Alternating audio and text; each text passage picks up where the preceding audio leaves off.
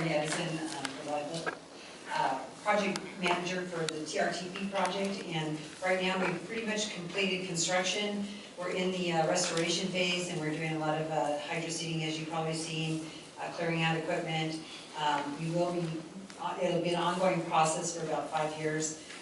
So we basically manage the regrowth of the natural seeds that were collected and implemented in the restoration process. So we will be hosting a community forum in Santa Clarita, and I'm going to go ahead and send Tom the information. It's for nonprofits, and if you're interested in attending, it's May 21st from 8 to 2:30 at the community center in Santa Clarita, and it will give you a wealth of information about SE programs, as well as information about grants and available monies in the area. So it's not only SCE, but other nonprofit organizations can apply for grants, other utilities and that. So it's a really good program, and if you're interested, I'm going to go ahead and send Tom the information, and if you want to post it. Yes. Your website is looking really good. What's that? The date again, please? 21st. May 20. 8 to 2:30 at the Santa Clarita Community Center. And that's about it. I'll just say it loudly. No, that's okay. I just want to confirm your hydro seeding, but you will be planting new juniper bushes, new manzanita bushes, and so on and so forth in the fall. Whatever is prescribed in that HMMP is what our plan is, and I don't know if you have a chance to read it. Well, I've read the HMMP, but it doesn't say number of junipers and where you're going to be putting them. Right. So that's the detail I'm looking for. Okay. Does that exist? That data exist? You know what, I will get a more specific plan. Do you have a specific area you would like me to check out? Yes, segment 6 and 11. Non-federal lands. So it's not that much. Okay. Mostly within Acton. In Acton. Okay. Well, Okay. that's all. Right. I know Same what you're thing. talking about. Okay, I'll go ahead and see if I can get that information for you. Thank you very much. You're welcome. That leads me to a question. The hydro seed is only on the federal land? No. This is a private property adjacent to me, and I haven't seen the activity yet. They probably haven't got to you yet. Okay. So, But they've put on both sides of it. right, the access roads are going to still remain unseeded, the access roads, but the lands that were in there, and the paths where the towers are, that'll be a workspace for them in the future, but other areas will be hydro-seeded, and they're in the process of primarily working in the forest right now. Okay. So if you have any questions, I can check it out. Okay. Thank you. Sir? Okay. Hopefully next month, June, and if not June, for sure July, I'll be introducing you to your new library manager and new children's department manager, excuse me. And then for our events this month, we have one children's event scheduled for Thursday, May 21st, and that's Bubble Mania. And then for the adults, the biggest event this month is the Friends of the Acton Dulce Library are hosting a mystery author luncheon, which is also a fundraiser. Now the authors aren't mysteries. It's going to be Sheila Lowe and Nancy Cole Silverman, and they'll be talking about their work and signing, and tickets for that are available for $20 through the Friends. And then we also have our second star party of the season on Wednesday, May 27th at 8. And that's going to be exciting because I talked to our astronomer, and he said that Saturn's at its closest approach to Earth, plus it's a great time to view Venus and Mercury, and there's several constellations that are prominent this time of year, so it should be a good show provided the weather cooperates with us. And that is all I have for you. All right, thank you. Thank you. My wife, Alan Laslovitch, and I have come to the Acton Town Council to give everyone a chance to understand what we've been dealing with at LA County Regional Planning. First, I want to thank Acton Town Council members for allowing us this time. Second, I want to thank the community members for showing up and for their interest. Third, I want to thank Lillian Smith of the Country Journal. So, the proposed new Juniper Woodland habitat mitigation basically is going to hurt all the personal property owners in town, realtors, small business owners, contractors, tradespersons, town councils. Even passing your property down to your loved ones is going to have an effect. The list goes on and on and on. not a developer. Jeanette and I have been local residents here for 26 years. Both of our children grew up here. They're now 27 and 31. They both have families. They were going to be part of a 20.84 acre parcel split, but due to the time frame and the constant changes that the county has put us through, we decreased the original proposed 3 lots to 2, significantly reducing the development footprint, the grading, and lessen the impact on the environment. In spite of this, regional planning still decided to impose a new Juniper Woodland Mitigation on our project after a 7-year process. They also are trying to further manipulate our building paths. This will be the first project set for a public hearing that will impose a Juniper Woodland Mitigation on a development in Acton. We are back here at the Acton Town Council due to regional planning's ad hoc style and trying to bully a small property with their mitigation agendas. We finally couldn't take it anymore, and we had to tell them enough was enough. We were done with it. So here we are. If we would have agreed to this extortion, imagine the door that we would have opened for all of us. To my knowledge, there has been no public process to impose this new Juniper Woodland habitat mitigation, no public hearings, no regional planning commission hearings, no board of supervisor hearings. Instead, the record shows that there is no mention of junipers in the town and country plan that was just passed. And Fish and Wildlife did not make any comments on junipers in the town and country plan, but instead commented on our small project. If regional planning wants to impose a new mitigation, they need to go about it legally, just like the oak tree ordinance had to go through the public hearing process. Acton Town Council has already given us 2 support letters, one in 2008, one in 2014. When Jeanette and I asked, what Jeanette and I are asking for now is the town council and everyone that understands this issue write a letter to the planning commission directly opposing what the county is trying to get away with on our parcel splits. Remember, it's not just our parcel. This will impact all of that. At this time, I want to introduce our civil engineer, Dean Paradise, from Holland Foreman. Dean? At some time, if you can, either yourself or Dean or whoever, address specifically what the county is requiring you to do under this. Correct. That'll be Daryl Kutnick once we get to him. Okay. He's from PCR. He's the biological constraint analysis on the property. Hunt Braley, Poole and Chaperny is also with us, assisting me in this process. Please, one more comment. The Acton Town Council needs and deserves the respect of everybody in the room. Please allow them to ask their questions and to have the questions answered. And I thank you for that. At this time, I'd like to turn this over to the Acton Town Council, and we will hopefully be able to answer the questions that the council has. And we thank you. Is Dean coming up? Yes. Thank you, Alan. I'm going to stand up here so I can talk to you all. By the way, I've been with the Acton Town Council for nearly 10 years, serving on the Land Use Committee.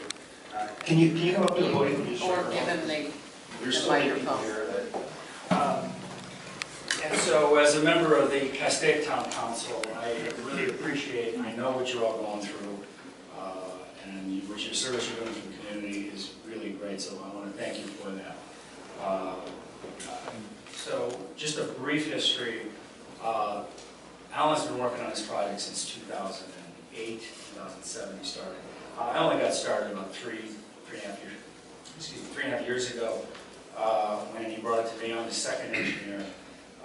And we have worked diligently with the planning department, the public works department, the water department, the geology department, all their departments.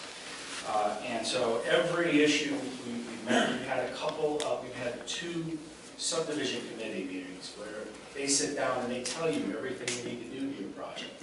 The first meeting, very few comments, just very few comments. I think one was a water issue. We got that done. We submitted it again in 2009, 13, 4 pages of comments. And so at that time, we had a lot of other issues. I'm not going to go into that. But one of the issues was you're grading too much. There's too much of an environmental impact off of some unknown level of environmental impact. We met with them, we sat down with them, we revised the plan. We went from 3 lots to 2 lots. We reduced the amount of grading, reduced the footprint, and thought that we had an agreement with planning. Continued processing, and then after we got all the other issues resolved, this popped up a couple months ago. Now we want you to mitigate for Juniper Woodlands. Excuse me? That was never been an issue. It's not in any ordinance. We run a town council. We went through our general plan update. We went through OVOB. Never a mention that we had to mitigate and buy land to replace the Juniper Woodland plant. Can you explain that process? Because I think a lot of Yeah, thank you for that. What they're asking for is to count the number of Juniper Woodlands, these Juniper Woodland plants, and then go to a land bank somewhere that somebody has, nobody has this because this is brand new, and replace the acreage. If you're impacting 2 acres of Juniper Woodland, they're adding 3 or 4, go buy an additional 3 or 4 acres at a preserve somewhere, maybe in Death Valley or someplace, and replace the land. This is all new. It's done for other species, it's not done for Juniper Woodlands. And so, Dean's opinion is that we're using Alan as a way to get the camel in the tent.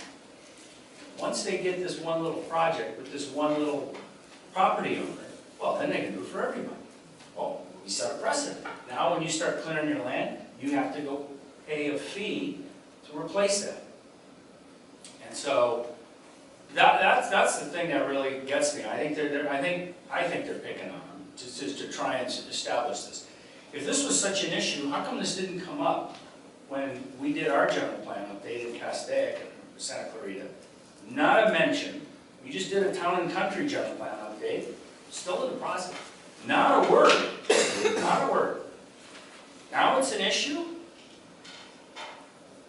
Oh, it's an impact. Well, everything's an impact. Is it a significant impact? Is it a species that doesn't exist?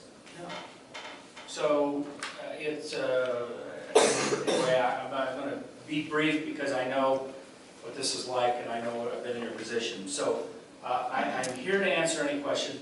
There is, at the end of all this, Alan says, you know what, I'm going to just deny me. I'm taking this to the Planning Commission because they're creating an ordinance where there never was an ordinance. And we're going to let the Planning Commission decide. Say, look, is this the way you're going to create policy? So there is a hearing on May 20th of this month with the Planning Commission. And that's kind of why we set this up, is we wanted to meet with you again. I know you've given us 2 letters of support, and we're asking for a 3rd letter of support. I'm here to answer any questions you have. Thank you very much for your time. And during the planning commission hearing, will they take public comment? Absolutely, absolutely, they will take public, and they listen. And being a member of the Castaic Town Council, I know that those board of supervisors over there who can't even find Castaic or find Acton on a map, they'll listen. They'll listen to you. Do you have the address that we can publish? And it's 320 West Temple. 320 West Temple, downtown LA, regional planning. And it's at the 1st floor in the Planning Commission meeting room. If you can attend, send them a letter. This is before the planning commission? This is before the planning Who's commission. your hearing officer? It's going to the planning commission. I know.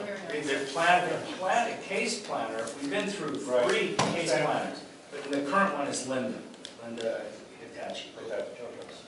She's the case planner, and she's the elements. Number, case number. So, Case number. What's the case number? pardon me? Case number's on that, I just gave you that, Chris, the case number's on it. Let me, Yeah, the case number. Glasses on. My glasses right now. project number? Yeah, the case number is parcel map 068736. That's the parcel map. And Alan reduced it from 3 lots to 2 lots, and that's what's on the agenda. And this here says Wednesday, May 20th at 9 a.m., room 150, 320 West Temple Street, Los Angeles. And I would suggest, if this is going to be the new norm, I would suggest as many people going as possible and showing up in person. I know letters are great secondaries, but there's nothing that you can replace a face-to-face meeting and venting our opposition to this, because what they're trying to do is tell you buy 20 acres to build, but you may have to buy another 10 just so you can build on your 20. And it just isn't fair. It doesn't make sense to me. How much land have they told you you have to acquire? How much? Daryl. You know what, yeah, I'm going to have Daryl come up and speak. He can get you into the details on the history of this, specifically the biology. Again, thank you for your time. Good evening. My name is Daryl Kutnick. I am a biological consultant with PCR Services Corporation. We were asked by Mr. Laslovitch to prepare a biological constraints analysis as requested by the county.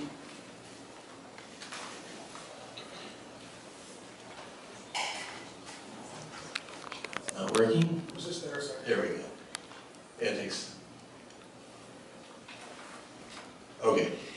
Mr. Laslovich's property is down the road from where we are tonight. And so we had prepared a biological constraints analysis, documented that there was definitely juniper woodland on the property. Did an inventory of the actual number of juniper plants, 417, and did our normal surveys for sensitive plant species, sensitive wildlife species, and it was not considered a high priority area. So the information that the county used to make their mitigation measures is that because this project is now going to impact special status species habitat, just the habitat, there's a potential for it. Juniper woodland and wildlife connectivity that they have to provide mitigation. So he's going to be impacting, it says up here, 10.9 acres. So here's the options they have. They can buy 1 acre per acre of impact if it's contiguous with other conserved properties. If it's not, and it's by itself isolated, then he has to purchase 2 acres for each acre of impact. How do they determine an acre? I've seen the property and you got a tree here and a tree there and a tree here. Do they take them all together as a group, or do they take just a certain amount of space per tree? It's based on the grading envelope and the proposed fuel modification for fire safety. And they said 400 and some junipers on the property. Well, there's 417 junipers on the property, but they're looking at the acreage of the actual habitat itself. So how many did they say he was looking to destroy? We did a calculation, it's approximately 120. What did they say, the county? They just said somewhere between 1 and 200. They didn't have that information. But anyway, the mitigation then requires that he provide a habitat management land selection, that they have to acquire these lands prior to him being able to record his map. At the beginning of the process, because I was aware that the county was in the mode of thinking of juniper woodlands as being potentially sensitive, I did contact a mitigation bank in the area. In fact, it's not far from here, Peterson Ranch, from the Land Veritas. Asked them if they had juniper woodlands for sale for mitigation credits. They said yes. I asked them how much it would be per acre. They said $150,000 per acre. I said, thanks, we'll contact you if they're interested. They should buy property here with junipers for much less than that, so that wouldn't be very helpful. That is the only mitigation bank of which I'm aware in the Acton area with an overpriced price tag. So apparently, the Regional Planning Department received this letter from the California Department of Fish and Wildlife, saying that they had an issue with woodland conservation efforts in LA County. This was somewhat odd because it was a letter written to a specific planner in the department. It wasn't written to the director of the department, it wasn't written to any of the county supervisors of the department, but one planner in the department. And so they're now, said, based on this letter, they're going to offer mitigation for impacts to Juniper Woodland. So as an exercise, I converted the letter into a Word document, and I did a word search for the word mitigate in the letter. And nowhere in the letter does the word mitigate even appear. So how the county came out, I don't know. And as I say, I did a search for mitigate or mitigation, no matches. It doesn't appear in the letter. But somehow the county determined that was important. Later on in this letter, it says the department recommends that regional planning track the loss of acreage. It's reasonable. That's what an agency should be doing, that if they have the potential for impacting habitat, then they should be tracking it. And it says specifically that they're tracking these habitats. And this is the Fish and Wildlife letter. The lack of habitat data makes it difficult to assess impacts, making informed decisions and decide strategies for preservation of biological resources. So they have no data, they have no clue what they're doing, but they need to make mitigation for it. State of California publishes various information, one of which is vegetation communities of California. One of those is the California Juniper Woodland. It shows you a map of the range of the habitat, fairly common in most of Southern California in the desert areas. Not one that you would think is a rare or sensitive habitat. But there are, and I will admit that there are, some sensitive forms of juniper woodlands. And these are the ones that the Fish and Wildlife Service, or Fish and Wildlife Department, officially designate as being sensitive.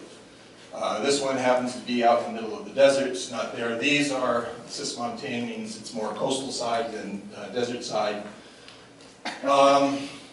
So we went and we researched every one of these references, which are down here, to look up to find out where these plant communities were. And none of them, of course, occur in the Acton area. So we tried to find whether or not the juniper woodlands in the Acton area were sensitive. Could not find any evidence of that. Again, this is official listing from the Department of Fish and Wildlife Service, listing the various types of juniper woodlands and identifying which they think are sensitive. Again, we went and looked to the research of all of these and could not find examples of these occurring in the Acton area at all. This is the website of juniper woodlands from the Fish and Wildlife Service. Here they're having state rarity or global rarity. Anything that's a listing of 3 or less is considered rare by Fish and Wildlife Service. Here's 4. Fish and Wildlife Service does not consider juniper woodland as sensitive. Okay, one of the ones that they actually list as sensitive, which is this one here, the juniper golden bush one. This is from the only publication it appears in anywhere, and it says its rank is 4. That's not sensitive. And even in the publications that they say, here's 2 of these are considered rare, the top 2, the other one is not. But here's the data that the Fish and Wildlife Service has. The full distribution is not known. Full distribution is not known. If they don't know, how can they determine whether or not it's considered rare? I don't know. Next, again, official Fish and Wildlife Service protocol, cited in their letter, areas of conservation emphasis. This is a program that the state runs, collecting data on a variety of information on native species, vegetation types, have a mosaic over the entire state. We did a search of that database on the Acton area. Here is the location of the parcel. And this is sensitive habitats that Fish and Wildlife has on their website. Here's their listing. low. It's even lower than low. It's not sensitive. Okay, they mentioned about wildlife movement connectivity. Okay, this is the official wildlife connectivity move from the county's general plan. Draft general plan. It's drafted, well, the board has made motion to get it approved under final approval, but yes, it's not operative yet. And this is for habitat linkages. Acton area here are where the various connectivities are, not in the Acton area. Another location or research paper cited by both the county and Fish and Wildlife is missing linkages reports. And again, Acton corridor, not in the Acton area. There's no regional corridor in the Acton area. Another more specific one based on connection between mountains of San Gabriel and Castaic, meaning the Liebra Mountains, Sierra Pelona, Vasquez Rocks, Acton, no wildlife corridor in the area. Fish and Wildlife letter referenced this one, the Santa Clara River Upper Watershed report, conservation plan, stating that this was the one where wildlife movement corridor for the area is important. Acton, wildlife movement corridor, nothing in the Acton area. Finally, State of California have essential habitat connectivity, showing areas in the state where they think are important for wildlife movement. Acton, about where the R is in river, here's the corridor, further to the west. Does not appear in the Acton area where Mr. Laslovich's property is. This is the connection. This is the place where most of the open space is available. This is where most of the wildlife studies have been done, not in the Acton area. How the Department of Regional Planning decided that connectivity was an important issue, that somehow this small 20-acre parcel was going to impact wildlife movement, I don't know. Hello everybody, I'm Kathleen Trinity from Red Rover Mine Road Canyon. By the way, there were some handouts back there. One shows a close-up of this area, and Pam Wolter was kind enough to pass out the entire area map, so I hope you can look at those too.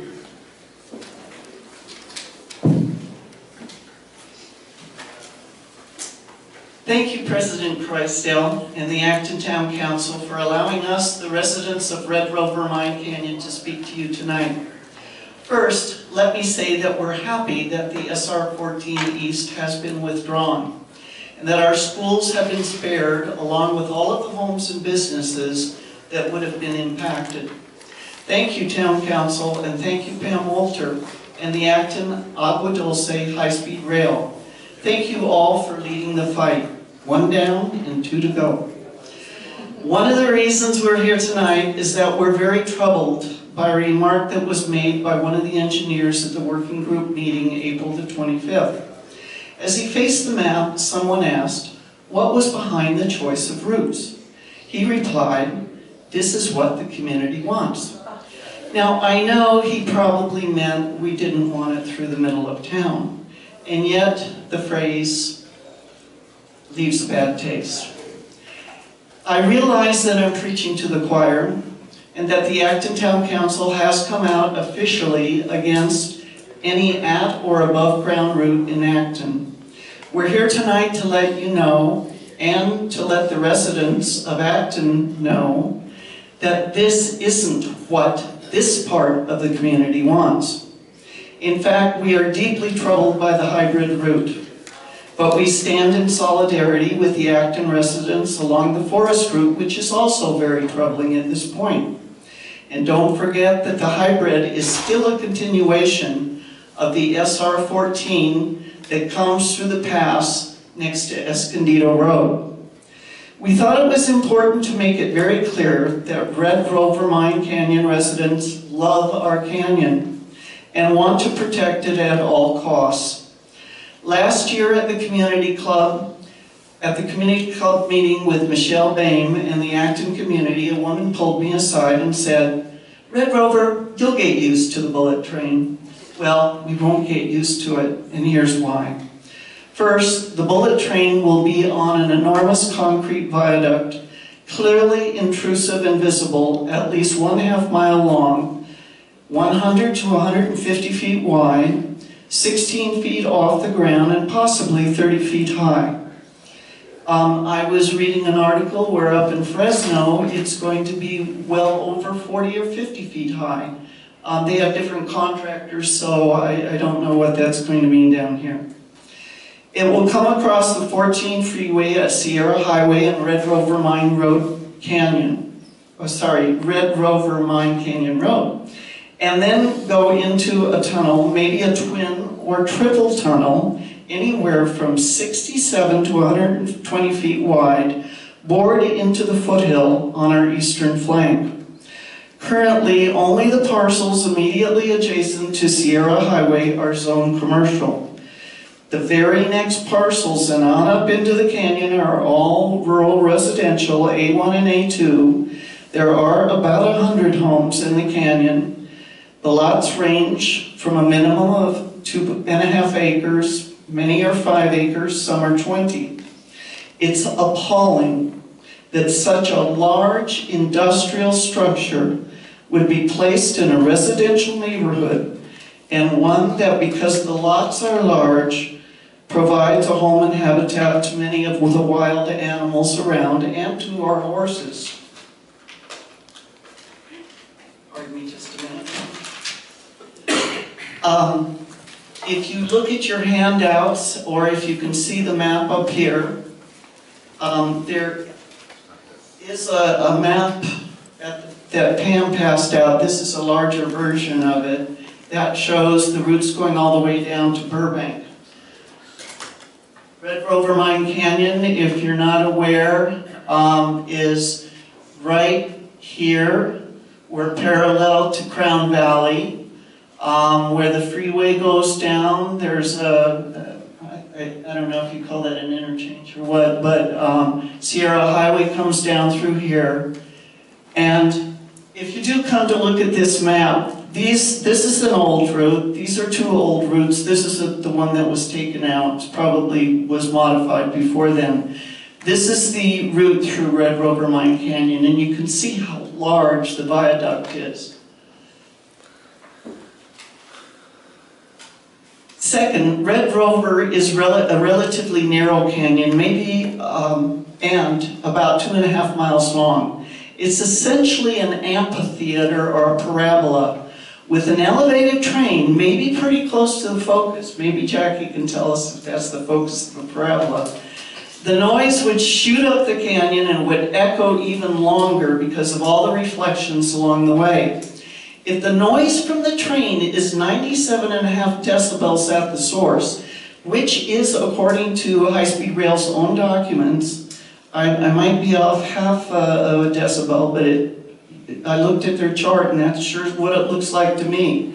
And then if it goes into a tunnel, that could be well over 100 decibels, and that sound could register 80 to 85 decibels at 1,580 feet from the source. That's over 1/4 of a mile. At 1/2 mile, it's still way above what should be tolerated in a rural residential area.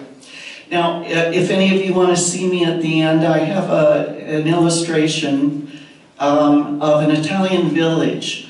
It's a relatively shallow village, and it shows you how the sound waves come out. I extrapolated it, but I'm no engineer or scientist, so the extrapolation is underneath, but I don't want to stand by that. But anyway, you're welcome to look at it. Third, there are very real noise-induced health, cognitive, and safety effects.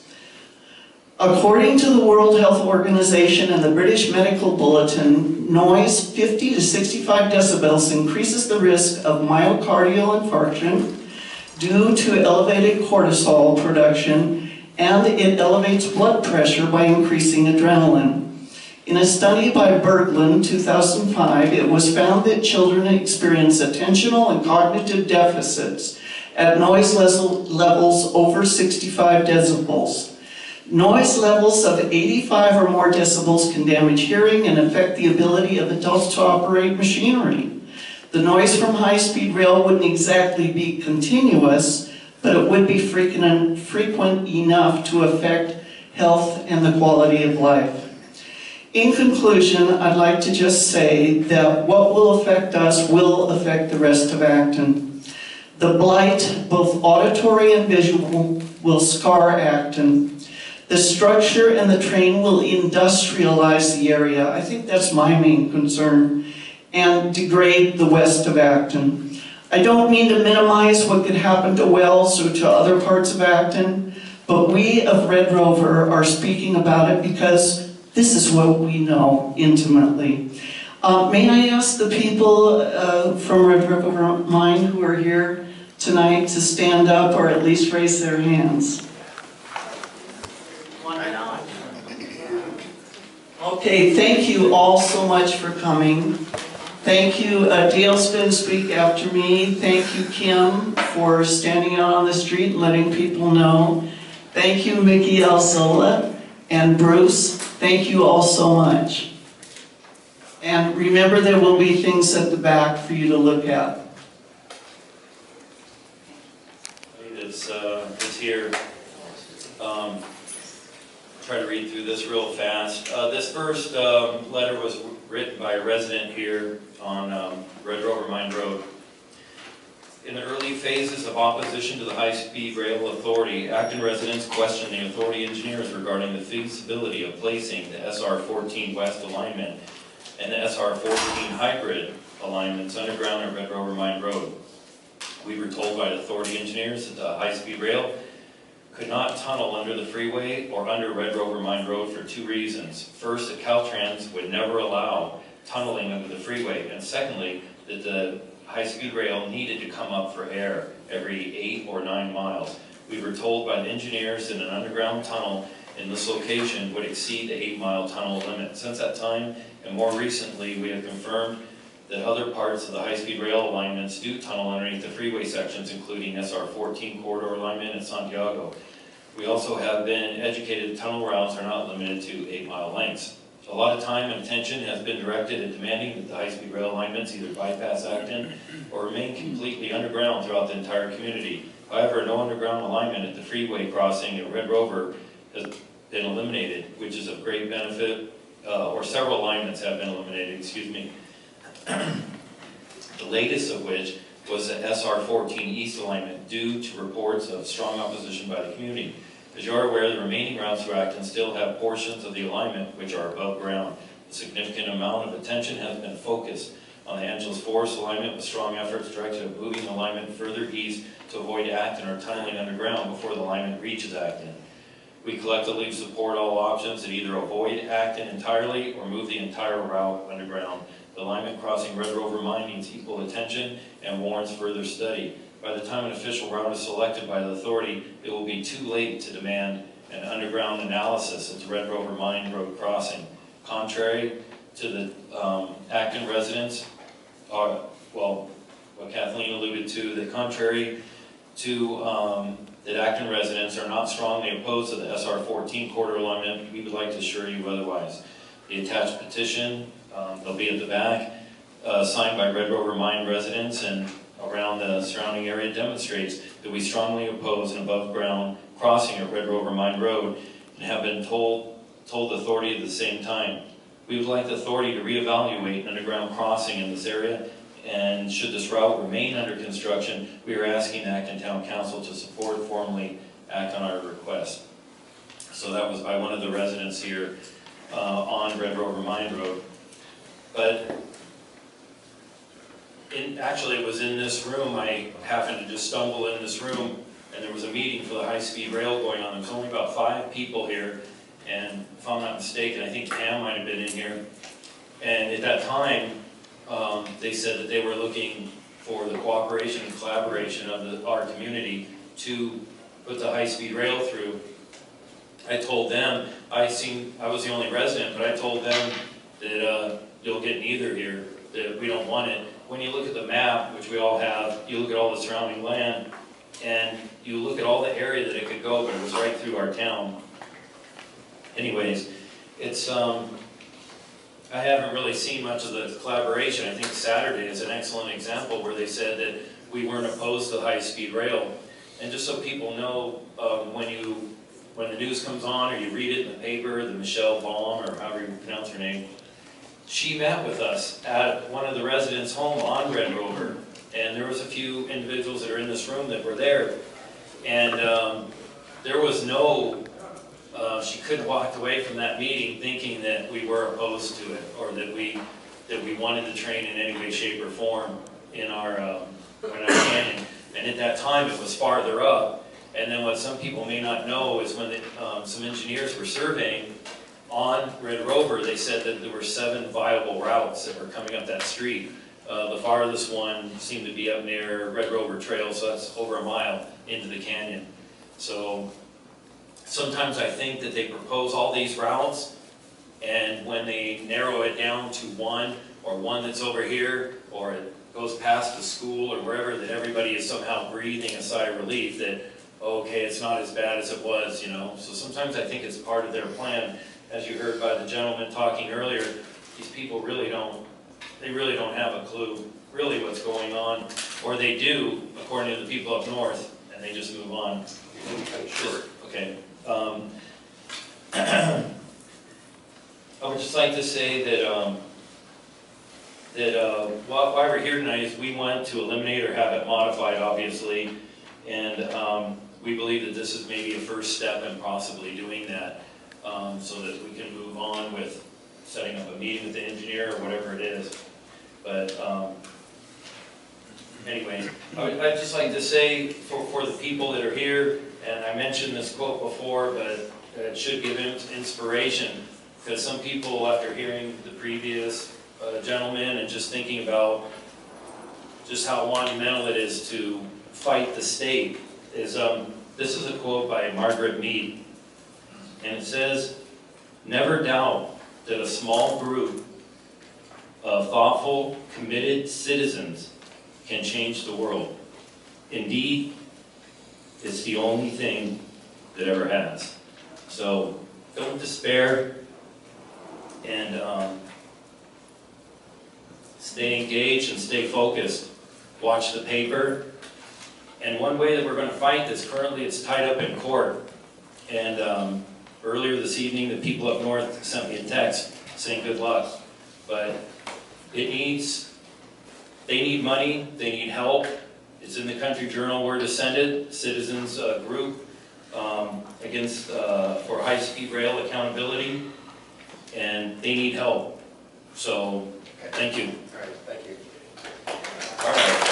There's a major finding of the 9/11 Commission report that found a major breakdown. There was a deficiency in several large metropolitan areas in terms of interoperability across different jurisdictions in large metropolitan areas. So this system in Los Angeles region would support 34,000 first responders, protecting 10 million residents across 4,000 square miles, and it places the first responders. First responders are your police, your fire, and your emergency medical services at the heart of the mission. It's governed by a single joint powers authority that represents 72 jurisdictions and 72 separate agencies that are the member agencies that make up the joint powers authority governing LA rigs. So the need is obviously, in Los Angeles County, there's a risk to high-profile sites. There's a lot of transportation corridors, entertainment, many public assemblies, lots of schools, shopping malls, and also there can be a propensity in this area for natural disasters such as earthquakes and wildfires that I'm sure we've all experienced, unfortunately. And when these things happen, there are daily multi-jurisdictional responses, large and small-scale incidents, and you have these responses that can occur across 81 different public agencies in the area, and again with up to 34,000 first responders in these agencies. And they're currently using 40 different localized public safety communication systems, and there's also a need to include 17,000 secondary responders, examples of that would be public utilities workers. Sometimes cities have public works departments that are sort of the second on the scene if they need to close off a street in the case of a disaster, things like that. So this system will improve the operational efficiency of these first and secondary responders, saving lives, reducing property damage, and minimizing economic and social disruptions by putting it all on one integrated communication system that all agencies can use. And with the LTE system, I'm going to kind of focus on the LTE system this evening. It's a 4G, a secure 4G data network that's what's really important for the high-speed and video and data access. What's important about that is it's dedicated only to public safety agencies. And why that's really key is, you know, when there's a big wildfire or traffic accident on a major freeway, what happens sometimes is people tend to get out their phones and take pictures, get on Facebook, send pictures to their loved ones, and that hogs up a lot of the band, and so when public safety users are trying to utilize that, they run into problems with access because the band is being utilized. So this is dedicated only to public safety agencies, so they would, you know, be able to have a clear access to that and use all the data that they need. So again, it therefore avoids the communications disruptions that are found on the commercial cellular networks. So when I talk about LA RICS, there are two, shall I say, systems within that. So the first is the land mobile radio. That's the one you might be most familiar with. That's your general push-to-talk. They're not exactly walkie-talkies, but you sometimes in shorthand refer to them as walkie-talkies that your police and fire have where they communicate with one another. That's the land mobile radio.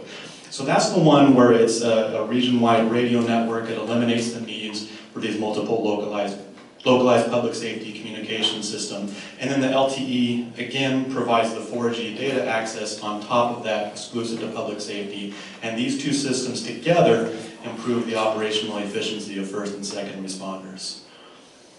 So there are a few aspects of the land mobile radio system. It's regional communications network, and there's something we call LARTAX, the Los Angeles Regional Tactical Communications Subsystem, that allows first responders to communicate with other tactical networks outside, such as, in some cases, even the military, things like that. It allows them to, in the case of a very large-scale event. And then the long-term evolution system, again, 4G data, high-resolution images. Firefighters have sometimes explained how that could be very key if a helicopter were able to take high-resolution images of which way, let's say, a wildfire in the national forest was, you know, blowing one way or the other, to have those shots and be able to download those to the commanders on the ground and be able to see that sort of thing in real time, be able to respond more effectively. And it also allows for video as well, and mobile computing, you know, within the units. So LTE sites in LA County, this is one of the key things we want to talk about. This number has jumped around a lot, but currently the number that we've come up with in our current plan of action is 78 monopole sites identified in the LTE network. These are monopoles, and they vary depending on jurisdiction from 28 to 70 feet. There have been stealth and standard monopoles deployed, and there will be 3 of these sites in the Antelope Valley area, and all of them are 70-foot monopoles. And right here's just a quick list of where they are. There are 2 in Lancaster. There's one at the Lancaster Sheriff Station, one at the Mira Loma Detention Facility, and another, I think the closest one to here is the Palmdale Sheriff Station, about 10 or so miles away from here. This map tells you the kind of coverage you're able to get with this system. You can see the coverage in the basin is very good up into the northern parts of the county. The one on the left shows the coverage that you're getting in your vehicle on your on the unit that you have, you know, stationed in your vehicle, and the map here on my right would be showing the actual the coverage that someone would get like on a handheld device. So you can see it's a little better coverage in the vehicles, but still very good coverage on the handhelds. And again, this is just kind of an illustration here. Why not use a commercial cellular carrier? Well, as you can see in an incident such as this, there's a lot of folks, these people are probably all on their cell phones, probably all using a lot of data and bandwidth. And here you have, the lonely ambulance driver here, and he really, in order to get his job done, he's going to need to have that dedicated public safety dedicated line that a commercial carrier wouldn't be able to provide. So why these sites? Often we get asked, why are you having sites in a certain location? And I'll refer you back a couple slides to that map. It's about coverage and capacity. The map you see has all of the sites, the 70 plus sites deployed across the county. And we need that for coverage and capacity to provide the optimal coverage to benefit public safety operations. Exclusion of sites obviously are going to result in coverage and capacity loss. Sites outside the area aren't going to provide sufficient coverage. And we also need a backhaul network that will provide high capacity connectivity without reliance on a commercial provider, and that's obviously essential in these emergency situations. And then, as you saw, a couple of these are at share stations, and these provide enhanced security at the sites. The site's probably going to be more secure if it's at a share station. And then there's also the BTOP grant requirements. Let me explain to you just very briefly what that is. It's a Broadband Technology Opportunity Program grant through the Department of Commerce. It was actually funded in the Stimulus Act of 2010. And that it was a 5-year appropriation, so it expires in September of this year. And to be able to get the project done in time to meet that funding deadline, there was a statutory CEQA exemption and again, it was a limited statutory, it wasn't blanket, it was a limited CEQA exemption saying it was exempt if you built it on a publicly owned public safety site that already had existing transmission at the site. So that's why you'll see it at a lot of share stations, because they meet that criteria. So the next steps for LA-RICS, for LTE again, that grant runs out in September, so we have a system go live targeted of Q3 of this year. And then for LMR, we have a little more time with that one. The land mobile radio is expected to go live right now. We're thinking around the Q3 of 2017. And then something I wanted to bring up is this issue of health and safety, because this comes up sometimes when we go and meet with groups such as yourself. There are FCC limits on current radio frequency emissions exposure. So the current FCC standards were the result of about an 18-month review and public comment period. There are thousands of pages of comments from all sectors, the public, government, academia, and industry. The FCC relies on guidance as well from the health and safety agencies such as the FDA, EPA, NIOSH, and OSHA to recommend the existing standards that be used or modified. So the current maximum permissible exposure limit is set at 505 microwatts per centimeter squared. So, and that assumes a continuous exposure. That limit is set, what you need to understand is that's assuming you have continuous exposure of it 24 hours a day, 7 days a week, every single day. And they established, which obviously most people aren't in contact with it that often, but they established that standard in order to be as protective as possible of the general population, including, children and the infirmed. And then the exposure limits incorporates a safety factor 50 times below the exposure level that is believed to be potentially hazardous. And the vast majority of updated standards in other countries, as well as national reviews of this science,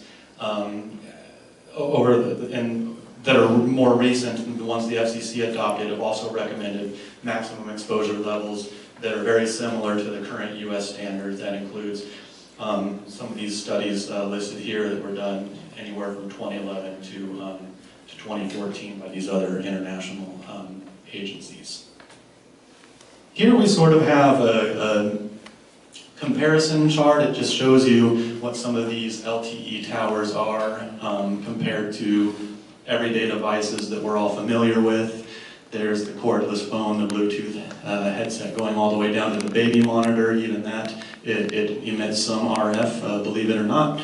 And you can see that the LTE emissions inside a two-story firehouse or within, a sheriff station are a fraction of what some of these other devices emit. And all of these devices obviously are well below these SEC standards. So that was the last topic I had to cover in my presentation, but obviously we are here to hear from you. If I can't answer a question, I'll call on perhaps either Swin or Wendy, and maybe they can answer it for you, but I'll do my best to answer your questions here. I've just got two questions. Are any of these proposed towers located in the town of Acton? Yeah. No, we, as I said, the closest one is the Palmdale Sheriff Station. It was suggested we come speak to this group by Supervisor Antonovich's office, so we wanted to be responsive to that request and come and speak to you, but the closest one is the Palmdale Sheriff Station. So the second question is this, I always consider everything goes in phases. Is this whole system being planned to be expanded in the future? And at that point, is the CEQA still going to be set aside for future development, or is it specifically these towers, this project, CEQA set aside? I'm going to do my very best to try to answer that with the knowledge that I have right now. So for the project where the funding runs out in 2015, the LTE project is going to be operational. Those 70, I forgot what I said, 76, 78 sites, whatever it is, that's it for the system. Now, this is supposed to be part of, theoretically, in the future, I can't tell you when the date is, when this is going to happen, where the funding is going to come from, but eventually the federal government wants to have something called the National Public Safety Broadband Network. And that would not just be Los Angeles, that's something they would want to do nationwide. Now, whether that gets expanded at that point, I really don't know. However, when I refer back to your previous question about the CEQA exemption, that only applies to this project. Okay, and then one more quick one. It was so fast I forgot already. Mike? I was just going to ask, now this has been approved by LA County Board of Supervisors. This is going to be implemented, and that's your implementation schedule that you're talking about that you showed up there? Yes, that's correct. We have executed site access agreements with the County of Los Angeles that the Board of Supervisors approved. We took to them original plans. We had gone back and forth with them a couple times. They passed a resolution about a month ago asking us to change some of our implementation plan, but this is the plan that we came up with on the basis of that direction. So yes, this is the current plan. I just remember the question. God, I hate this, but but my last one was actually just an informational one. Right now on my phone, sometimes I get Amber Alerts and emergency stuff. Well, this system, even though it's strictly for firefighters, police, military, etc., will they be able to broadcast to personal devices, like in an emergency? Could they just broadcast? And do you know the That's answer to yeah, I'll take that. All right. I mean, it would. I mean, obviously, you don't want us hooking up to it. But right. So the answer to that is yes and no. We could use the new system to broadcast to, say, news media from our system to the news media, and they can put it out for us. So it'll help us in that respect. But directly from our system to your phone, no. Don't go away. Once I bring it up here, yeah. Would this in any way be utilized to interact with local CERT call-outs and different things like that? Definitely. In fact, people that are volunteers with the Sheriff's Department and all those teams would probably at some point even get their own device and operate on the system. Yeah. I noticed on your LTE coverage, this area is not covered. So I assume that devices in this area will not pick up signals. Okay. According to the map you showed. Right, and the reason for that is the LA County Fire Department, we had some sites planned there, and there were issues with the fire department union, and so the County Board of Supervisors backed off and decided to just go with LA Sheriff's sites and some other sites. I guess what I wanted to ask was, is there any reason why you couldn't put them on existing towers that are permitted already by the Public Utilities Commission? It's still We tried. People want money. They want a lot of money to put up cell phone sites, and we don't have the funds to pay the monthly dues for all those cell phones. So you'll have devices that don't work fine. Right. Thank you. Maybe at some point in the future they'll build it out. For now, no. Now, can they be hooked up with ham systems or repeaters for ham systems?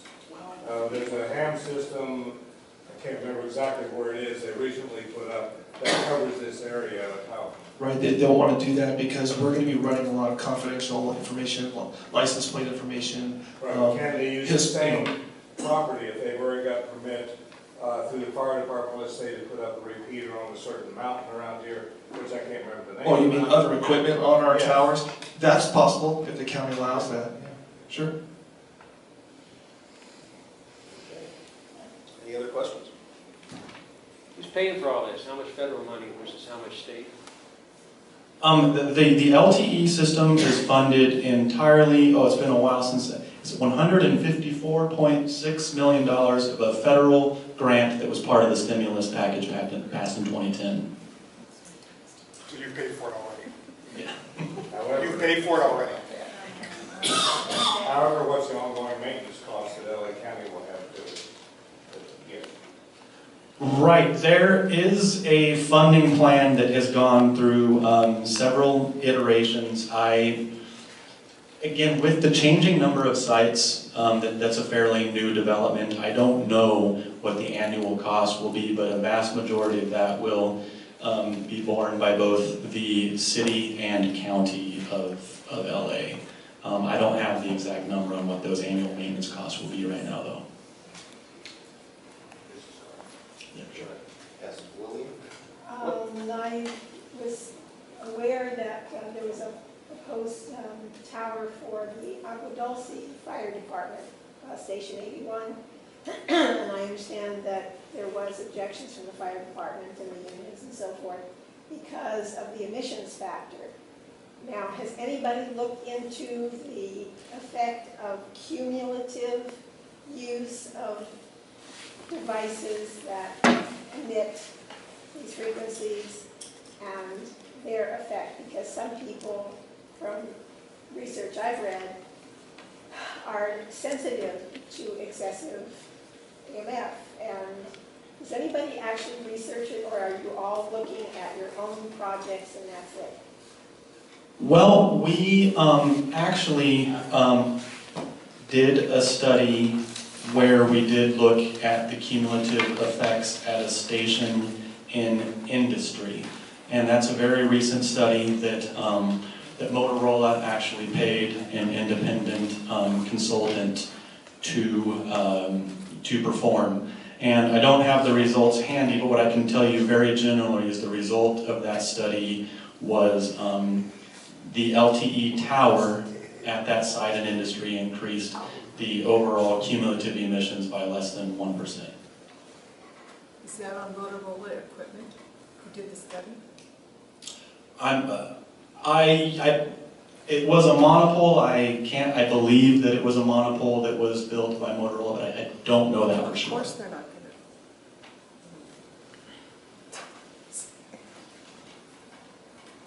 to. Anyone else? Okay, yeah, thank you very much. Our committee, our coalition, has not eliminated any section of Acton. We're certainly not trying to focus on a route. We're working with what the information we get from the High-Speed Rail Authority.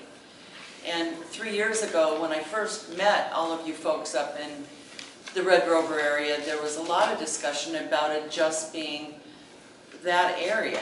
You've got to understand, we've got to do this together. Acton has got to stay together. We don't want to lose any area of our community, none. And we've done so much with this coalition so far. I don't know where Sandy Madsen went, but she's a big part of it. Mike is a big part of it. There's so many people that have worked. We've done a fundraiser. Dale talked about sending money up to the Hanford group. We've sent $6,000 from our community alone to Hanford. I would like to ask you guys to step back in and join our coalition. Together we're a lot stronger. We're not trying to throw you under the bus. Just hold on a second, Kathleen. You got to talk. I've got a presentation tonight, and we've met with the High-Speed Rail Authority frequently. There isn't a week that goes by that we're not on the phone with these people, either the engineers, Michelle Bohm, somebody.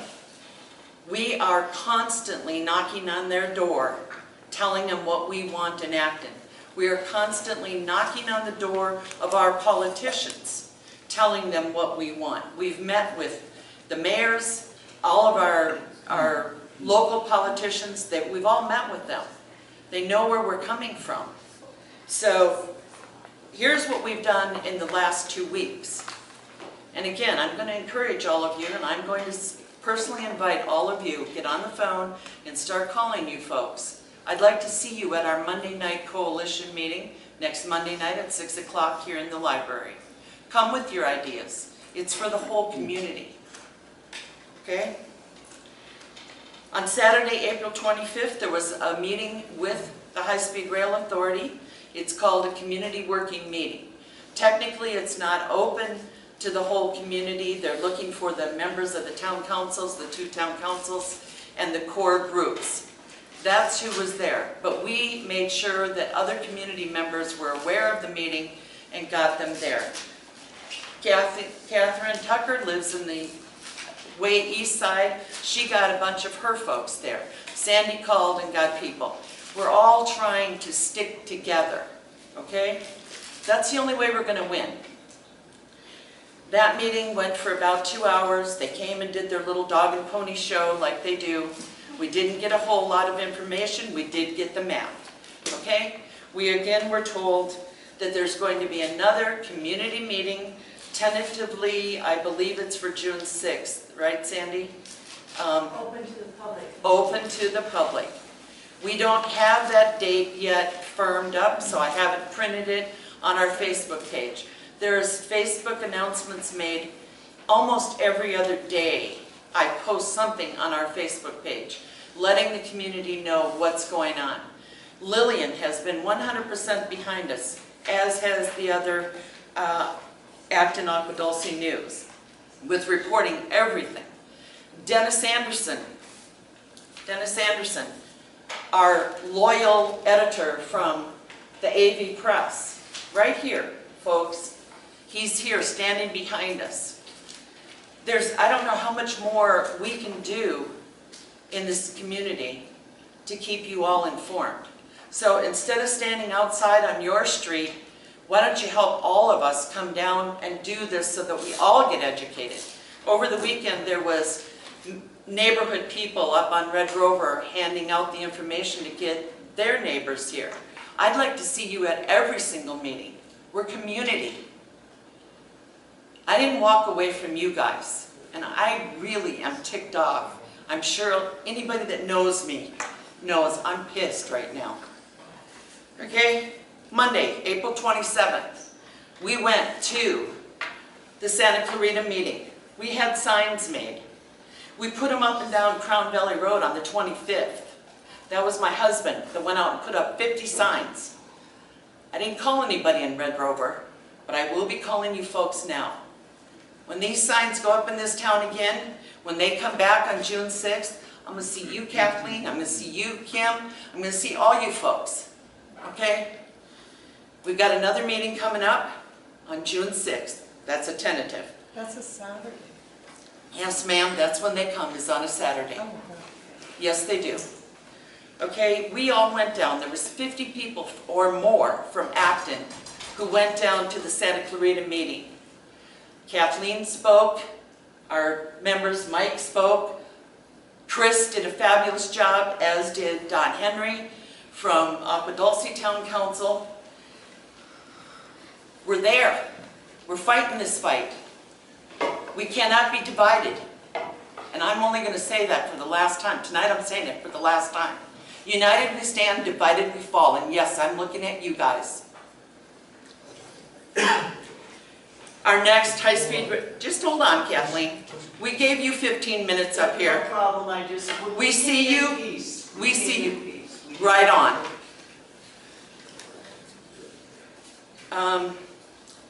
We are scheduled to have a tour of Acton with Michelle Bohm and Dan Richard.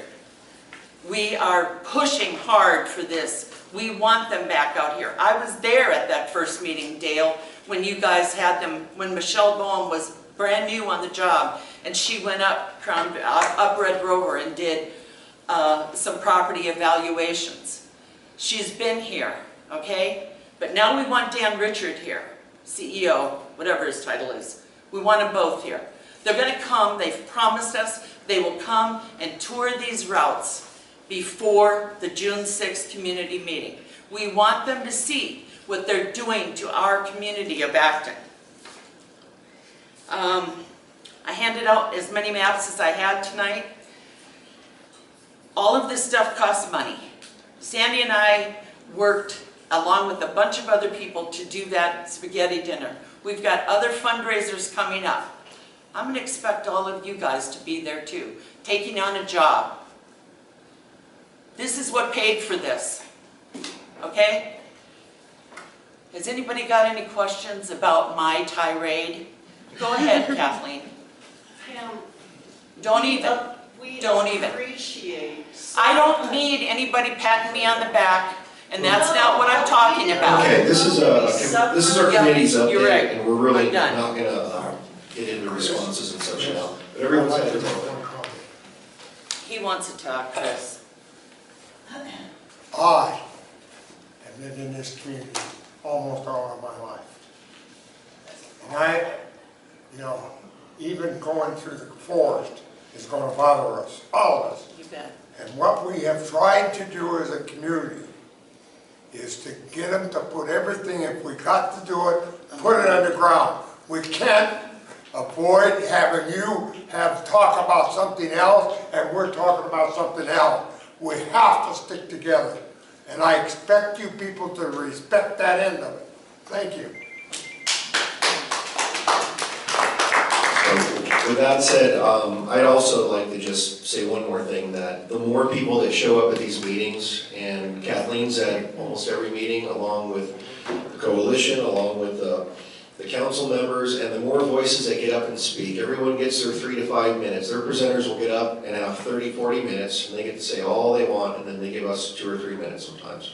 So, but they won't limit the number of our speakers. So if you come to these things, then we have more people that can put more opinions out there on the table, and all of us can keep pushing underground, keep it in the forest, try and keep it away from the wells. But again, we can't say it enough. That's the only thing that we've been pushing for.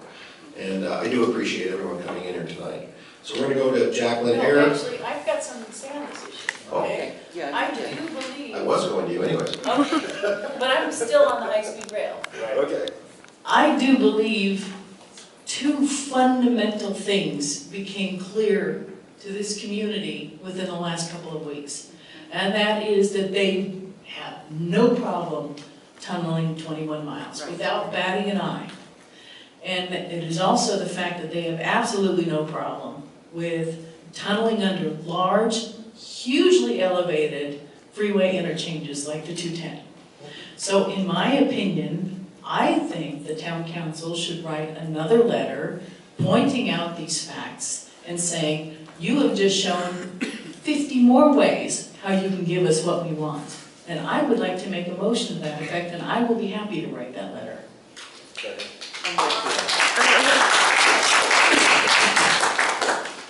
Is that a motion? And I think, is that a motion? Yes. It is. I mean, she made... Is that a She motion? made the motion, Michael seconded it, all in favor? Made it, I'll second. Now we discuss. Excuse me, Now we discuss. would you like to discuss? Well, they, That's the procedure. Okay. Well, Jackie, is this, we would append our existing position statement, or we do a whole new follow-up letter? I think there's nothing in conflict with what I said vis-a-vis what we've already said. Exactly, this just So I don't supports even it. think, we've sent you our position once, you have responded with some fabulous things, but you've only made our position more clear. Right. These are the things we see. And underground at Red Rover, underground at Angeles Forest, underground in Aliso Canyon. We have to put it underground. Absolutely. What I spoke about before at the regular meeting in front of those people. Yes, you said that. And it's sickening to me that we let those people in Sacramento and Los Angeles come down here to Los Angeles and give us trouble. These people ought to be taken out and shot. I'm tired of the crap. The hatch and patch, Right. constructed as 2 different tunnels, so it's much longer than you think, but you don't, anyway. That was huge too, so that was really talk to me later if you don't know what I mean. Point being, it's definitely appropriate to send a follow-up later to our already existing position. Okay. What's that? Okay, we will, but Ray just, Ray. Well, you already voted on it. Well, there was a motion and a second.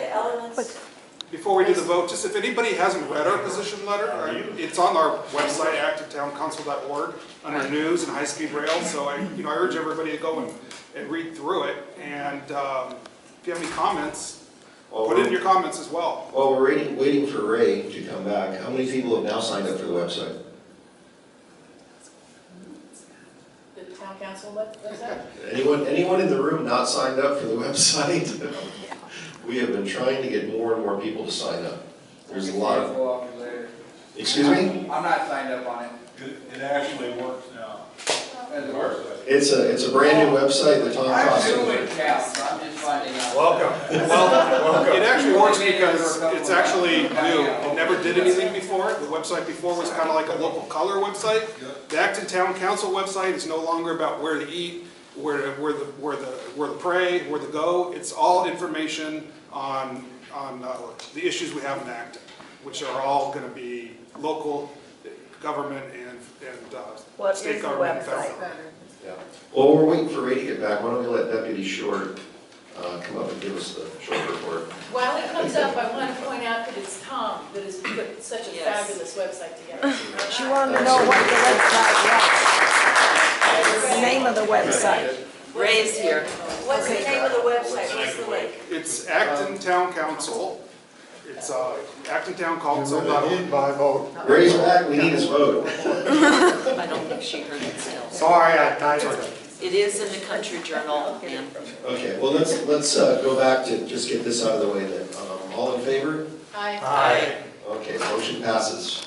Jackie's gonna work on the letter? I will. Okay. All right, now to the short report.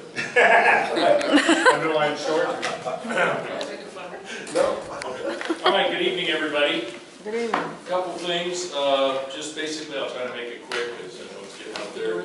We had 9 incidents last month, resulting in reports. We had 1 residential burglary, 1 vehicle burglary, 3 petty thefts, and the rest were stolen vehicles. So I'm from all over. There wasn't any particular location where they were. So, but we are down, which is a good thing. Other thing is I had a, for those of you who are dirt bike rider fans, we all know dirt bike riding is illegal and ATCs are illegal in the Acton, Agua Dulce area. Sergeant Jeff Acton, who runs the off-road team, is in the process. Apparently there's one individual who's been warned, and we warned first. So now they're proceeding with charges with the DA to go after them because he has a whole stack of documentation, including citations this particular individual has, who continues to ignore it. So we will be going after people who continually ignore and don't follow the law. The other thing is I had a meeting with Edison because people are riding their off-road vehicles on Edison roads. Edison roads are not public roads. Those are private roads. So Edison is going to be putting trespassing signs and has given the Sheriff's Department a letter of agency that says, if you're on an Edison road, we can arrest you for trespassing without even calling Edison. So just letting everybody know that's coming down. For dirt bike riders, not vehicles. Because that is access for a lot of people. If it's an access to your home, it's different. If it's not an access to your home, like some of the roads that we went up, there's nothing up there. They're going to put a gate that says no trespassing. Are you talking about on private land or in the forest? On Edison land. They own there's several easement roads that they own. Roads that go through, let's say, your property that they share, then they would have to go to you to get you to sign up for that same letter to give to us. But there are numerous roads up here that are mapped that are Edison-only roads, and they'll be putting gates across them with a big no trespassing sign. So people who go around them, and I can see tracks where people ride up into the hill, into the brush, and back down onto the road. There's a actual criminal section for destroying vegetation. So they're risking that. So I'm just giving everybody a heads up that this is coming because Edison is afraid someone's going to get hurt on their property and then blame Edison because they ran into that big tower that sits there. Does that include horse riders? Hikers? It might. And hikers? It might. We haven't gotten, I haven't seen the letter of agency yet and how it is. I know motorcycles are definite. You know, horseback riders, I think they're looking at it different because they usually don't take, they'll cross one road to get to another, but they're looking at people who are tearing up and down the roads. Well, some of these roads can have access to public roads too. I'm sorry, what's that? Some of these Edison roads are access to. Right, well that's It's a forest area as well. Which Yes, is for no example, the one right off of Elisa Canyon that goes to Alaska. Right, but that's a Forest Service road, that's RN 32, or that's actually a Forest Service road, and then Edison has tied into it. On Edison-only property, they can put a sign. Forest Service roads that are marked with anything that starts with an RN, it's Forest Service, and those are open to public use. Okay. So But Edison doubles, we use a lot of those. they use a lot of those And they have roads. some gates across those Already roads do, too. yeah. Still. So without surveyors then putting signs up, are you going to be able to determine if that sign is actually on their property or on the neighbor's property or on a private road? Well, they're not going to put it on somebody else's property. I had a guy come out to my house at 10 o'clock at night and drive a for sale sign in the front of my property. Right. And I turned the map over for him, and then he figured out it was the 10 acres over there. So I don't put it past anyone to come and put a sign where it doesn't belong. Right, well, they already know their road. I mean, All right. we probably went through 30 of them, and that identified that this is an Edison-only road. There are no houses on it. It's not connected to a Forest Service road. It's an Edison road. And some of them already have gates off the road that'll say SCE already on it. There are a few that are shared by homeowner, but they have to identify the homeowner and go to them and say, do you want to be part of it? The homeowner says no, then they can only put their sign up further. So, all right, I'm just warning people.